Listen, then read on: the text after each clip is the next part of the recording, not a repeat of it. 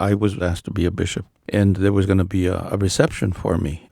So I called my grandmother. She was one of these women who lived out in the ranches who would grab a rattlesnake by the tail and snap its head off. She was strong, and she raised this big family. Well, 2 or 3 days before the party, my grandmother arrives. I asked, "What have you been doing lately?" And she said, "I've been having a good time." Well, what do you do at 90 years old to have a good time? He says, "Oh, son, I've been going to funerals." I said, "You have been having a good time at funerals?" "Oh, yes." He said, "We drink coffee, we tell stories, we meet old friends. It's wonderful. We have a great time." I said, "Grandma, how can you have a good time when somebody dies?" She looked at me straight into my eyes, and she was serious, almost scolding me. Then she says, "Son, haven't you learned yet that it is a privilege to die?"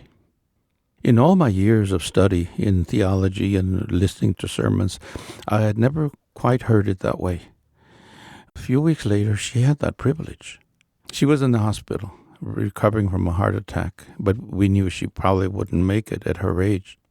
And she kept repeating like a mantra, "Solo quiero ver a Dios." I just want to see the face of God. That was the last thing I ever heard her say. And then she died 2 days later. When she died, she was singing songs from catechism. Al cielo, I want to go to heaven, I want to go to heaven. Songs from childhood. And she died singing. She was just an amazing woman. I'll never forget Panchita.